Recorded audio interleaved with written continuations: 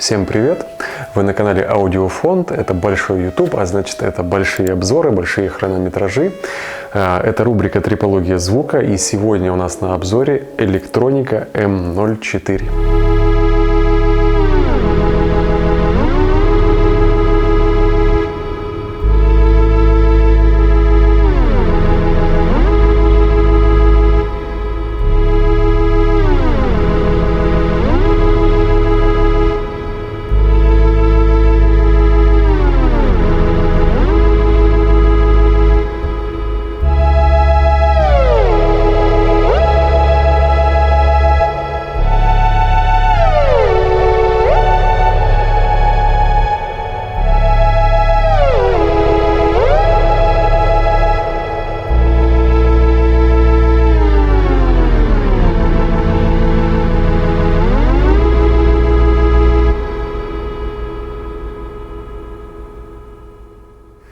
Итак,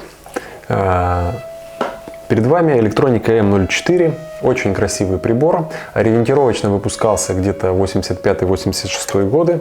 У меня вот здесь есть шильдик от этого прибора, не успел я его еще установить, и конкретно этот прибор выпущен в январе 86 года. И цена данного прибора была 1150 рублей. Прибор этот попадается мне уже не первый раз. В принципе, все его основные проблемы я знаю. В рубрике «Ремонты» вы можете найти подробнейшее описание всех его косяков и проблем. Я их сегодня еще раз перечислю. Прибор редко попадается прям в идеальном состоянии, поэтому, в принципе, он всегда требует глубокого, скажем так, ремонта и профилактики. И, в принципе, в этот ремонт еще входит некоторая доработка, в основном по блоку питания.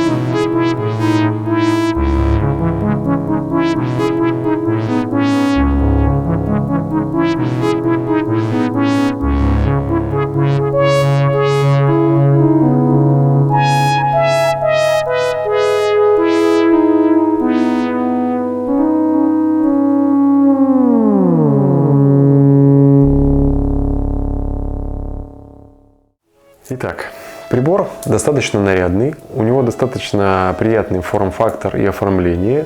Как вы видите, он ближе к квадратной форме, чем к вытянутой. Хотя можно в интернете найти фотографии, видимо, предсерийных образцов, там, где этот прибор все-таки в продолговатом виде, есть даже с ножками. Но в серии он пошел именно вот в таком виде. Выглядит он очень симпатично. Шпанированный ДСП, разноцветные красивые ручки, хотя встречается и с монохромными ручками, и вообще вид у него достаточно такой игрушечный, хотя аппарат в принципе достаточно серьезный. Рассмотрим внешний вид прибора чуть-чуть подробнее. Клавиатура электроники М04 разделена на две половины, то есть левый и правый мануал. И, соответственно, управление тоже разделено на левую и правую часть. В центральной части у нас размещены настройки фильтра духовых. Здесь у нас находятся переключатели. В левой нижней части у нас расположены громкость, ручка тона и ручка слалом, которая понижает строй инструмента на октаву вниз.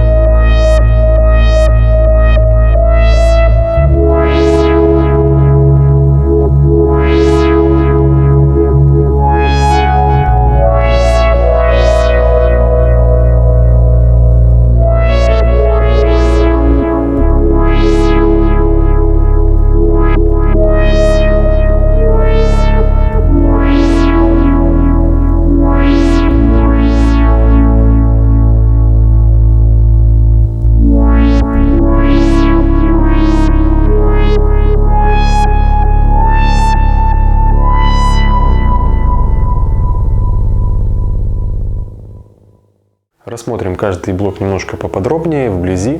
Общий блок. Здесь у нас есть подстройка инструмента, громкость, ручка тон, которая, в общем-то, прибивает высокие частоты, ручка слалом, которая понижает строй инструмента на октаву вниз, а также сенсор Гавай, который позволяет при дотрагивании к нему добиваться эффекта вибрато. Каждая группа у нас состоит из вот таких регуляторов. Атака и спад, бас, который присутствует только на левом мануале, и далее виолончель, альт, скрипка, оркестровые и духовые. Виолончель, альт, скрипка — это, соответственно, 16, 8 и 4. Регулятор оркестр — это, соответственно, обобщенный и немного профильтрованный звук струнных с хорусом. И регуляторы духовых — это, соответственно, громкость сигнала, пропущенного через фильтр. В центральной части у нас расположены настройки фильтра. По схемотехнике здесь реализован фильтр Муга. У нас есть настройка атаки, спада фильтра, также есть выключатель, соответственно, спада, соответственно, срез частот и акцент, то есть это резонанс. Чуть ниже у нас расположены три кнопки. Кнопка String Organ, она по факту переключает режим работы хоруса, а также производит коммутацию фильтра. То есть духовые у нас работают только в одном из положений кнопки. Каждая из этих кнопок включает запуск огибающий от левого либо правого мануала. Соответственно, один от левого, два от правого мануала. Можно включить запуск, например, только от одной из половин. В правом нижнем углу мы можем видеть название прибора. Настройки второй группы идентичны настройкам первой группы, только здесь у нас отсутствуют регуляторы баса, потому что бас реализован только на левом мануале. Также у прибора имеется ручка для переноски, и в комплекте у него идет крышка с замками, которая делает из прибора, соответственно, кейс для переноски. На обратной стороне прибора у нас расположены две ножки, разъем, в данном случае разъем заменен уже на большой джек, разъем педали. Вы видите, здесь сейчас установлен проводочек перемычка. Без этого провода у нас звука прибора не будет. И, соответственно, панель, куда подключается питание. То есть разъем питания, здесь установлен уже евроразъем, предохранитель, а также тумблер, который включает прибор.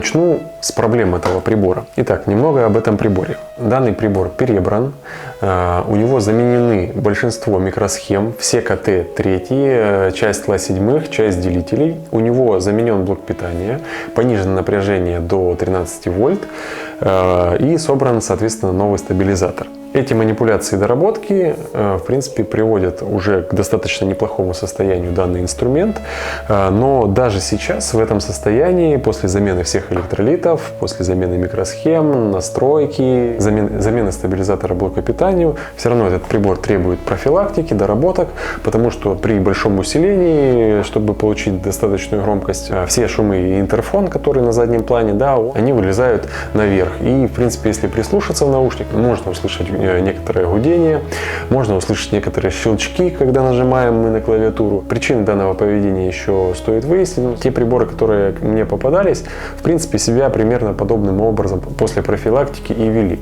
Но меня интересует, можно ли довести данный прибор до состояния близкого к идеальному звуку. Хотя по паспорту соотношение сигнал-шум у данного прибора минус 60 дБ, что достаточно грустно. Итак, основной набор косяков данного прибора.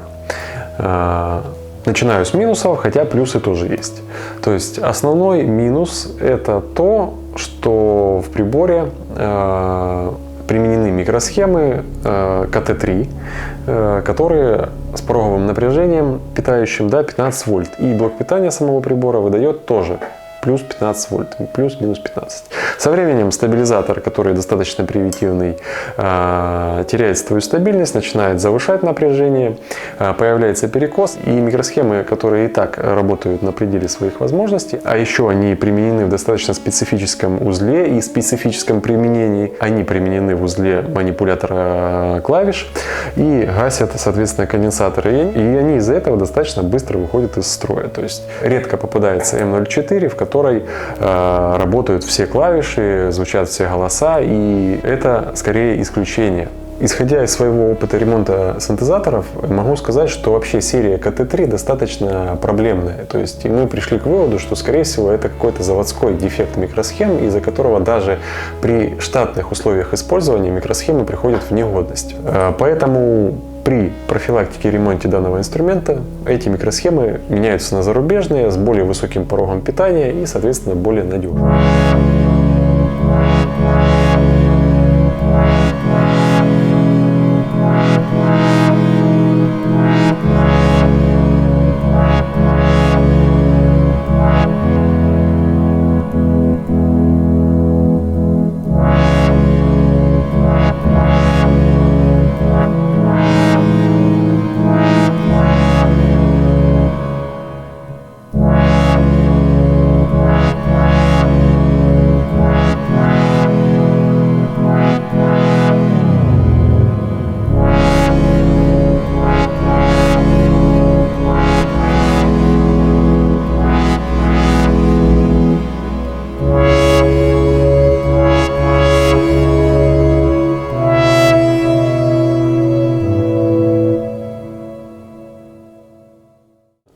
Следующий блок, который сразу же требует замены в данном приборе, это, конечно же, стабилизатор. Стабилизатор в данном приборе достаточно примитивный, со временем он начинает завышать напряжение, а нам его нужно занизить, чтобы прибор дольше жил. Поэтому плату стабилизатора целесообразно переделать целиком на современные компоненты, на те же LM317, 7812 и так далее. Важный момент для тех, кто приобретет данный синтезатор: синтезатор без подключенной педали звучать не будет, поэтому нужно установить либо перемычку в разъем педали, либо подключить родную штатную педаль. Следующий момент по данному прибору: соответственно, если прибор не звучит, то, скорее всего, в нем была таки проблема по питанию, из-за чего у вас, скорее всего, вылетели часть микросхем 157 UD2 на тракте усиления, а также КТ-3 и все связано. То есть нужно проверять каждый блок. В основном вылетает на блоке усиления 157 UD2 по той же самой причине. То есть завышается напряжение и микросхема сгорает. Также имеет свойство приходить в негодность микросхемы BR1. Хорус здесь трехточечный, выполнен на 3 отдельных платах. Редко бывает, что все 3 платы работоспособны. Обычно работают какие-то 2. Также окисляются контакты клавиатуры, но это, в принципе, классическая болезнь всех советских приборов, поэтому нужно просто почистить. Забыл упомянуть о еще одном недостатке.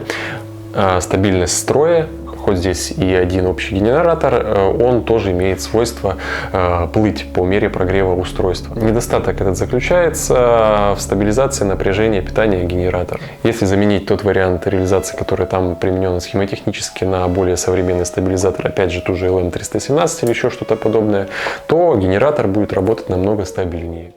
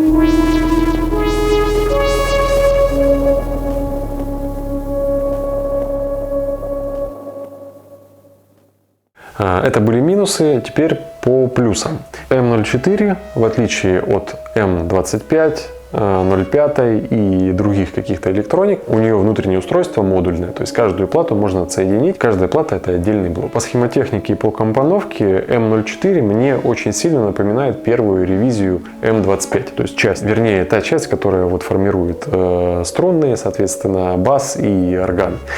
Понятно, что в М25 там уже есть фильтр более развитый и так далее, и хорус там другой, но именно первая ревизия с деревянными панелями М25 очень сильно мне напоминает по звуку М04. Внутреннее устройство, соответственно, органного типа, то есть на делителе. В свое время в рекламных проспектах это преподносилось как преимущество, потому что прибор, скажем так, держит строй, да, и то есть всего лишь один генератор, который требуется подстраивать. Также строй прибора можно понижать ручкой слалом на 1 октаву, и, соответственно, есть еще тонкая подстройка именно самого генератора. Еще один важный момент, связанный с следующим плюсом. По ходу видео я называю прибор синтезатором, вот, и за это я практически уверен, кто-то напишет мне в комментариях, что правильно называть это электроорганом, либо стеринг-машиной, либо электромузыкальным инструментом, но по привычке я его называю синтезатором, потому что в данном приборе у нас присутствует фильтр. Вечный спор, то есть можно приводить кучу терминологий, да, что является синтезатором, ну, я уже этому не раз посвящал видео оговорки. В классическом понимании я тоже разделяю прибор приборы на электромузыкальные устройства, да, и на синтезаторы. Синтезаторы это устройство с генератором шума, монофоническое, несколько осцилляторов, несколько огибающих, фильтр и так далее. То есть устройства, которые позволяют генерировать всякие звуки, которые позволяют синтезировать разнообразные звуки. И все-таки в этом плане электромузыкальные устройства, электроорганы, стринг-машины все-таки немножко более ограниченные для потребителя устройства, да, хотя там тоже присутствует некоторая часть тех модулей, которые присутствуют в синтезаторах. Но, повторюсь, по старой привычке я все приборы, где есть фильтр, называю синтезаторами. Наличие фильтра в электронике M04 – это, несомненно, плюс. Здесь реализован ступенчатый фильтр Muga, звучит он достаточно неплохо. И благодаря наличию такого фильтра в M04 у нас больше возможностей, больше вариативности в звуке. И вообще вот звук, соответственно, фильтра, то есть если вы послушаете демки, то в большинстве демо с этого прибора в солирующей партии я использовал именно фильтр.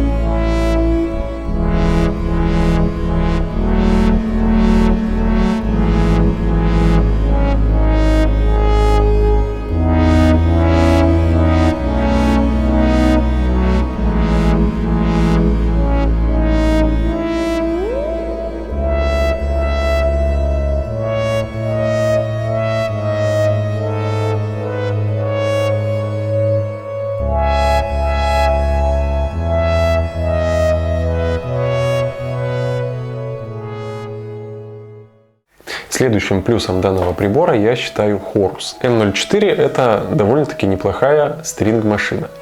Вернемся к сравнению с M25 первой ревизии, да, которая выпускалась позже, и M25 второй ревизии, которая выпускалась еще позже.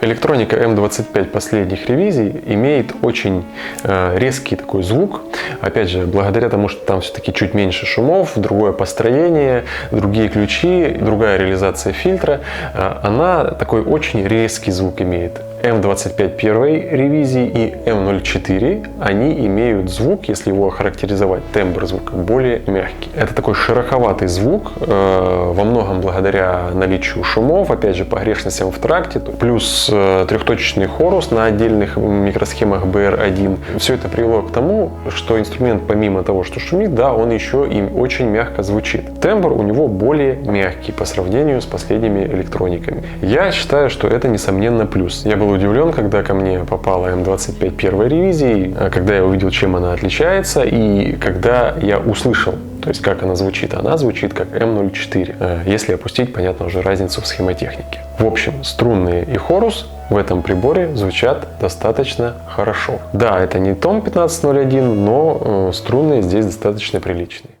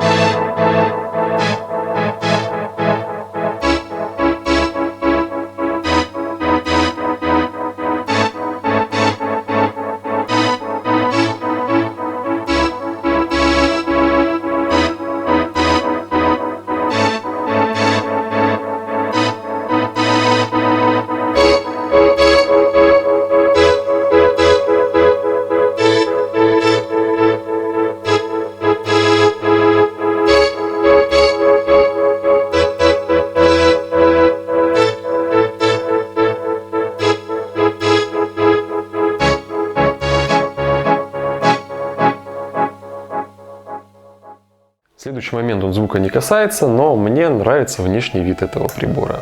Прибор выглядит эстетично.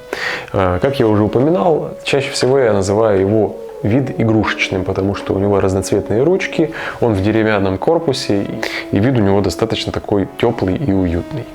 Еще один важный конструктивный момент электроники М04, который я забыл упомянуть, является очень большим преимуществом при доработке прибора.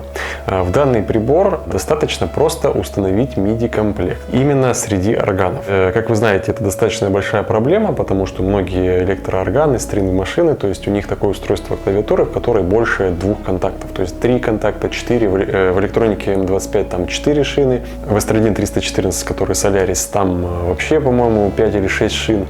И из-за данных особенностей такие приборы мидировать достаточно сложно. Под них требуются специализированные комплекты. В этом плане устройство схемотехники М04 позволяет достаточно просто туда интегрировать MIDI-модуль. Да, специфический MIDI-модуль, но достаточно просто, потому что клавиатура М04 состоит всего лишь из пары контактов.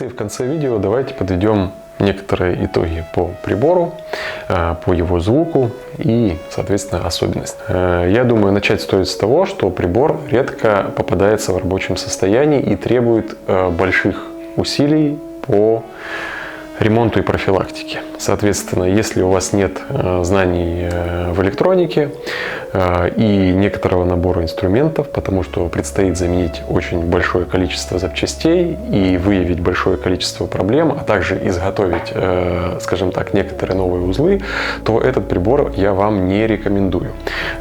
Тот же самый TOM 1501 можно найти намного дешевле, и он будет вас радовать сразу же. То есть вот такая статистика. Большинство TOM 1501, которые ко мне попадали, они сходу работают. То есть, да, требуются какие-то минимальные доработки, профилактика, да, но они работают и звучат хорошо. Электроника М04 обычно попадает в состояние полумертвый, то есть либо мертвый совсем. То есть он либо не звучит, не работает, либо звучит часть клавиш, часть регистров отсутствует, то есть хорус не работает. Это обычная история М04. По редкости данного устройства прибор мне попадался достаточно часто. То есть я не вижу проблемы его найти, но, возможно, я не прав, и в каких-то регионах это достаточно уникальный инструмент. Прибор достаточно старый.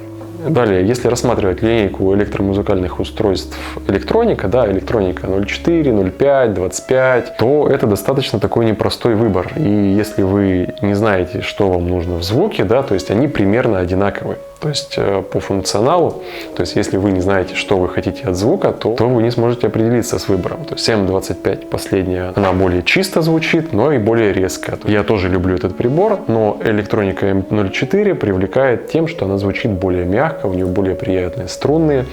И, как ни странно, тот же фильтр, да, но он звучит иначе. И мне, например, звук электроники М04 нравится больше. Тембр и характер звучания, я думаю, стоит отнести к плюсам.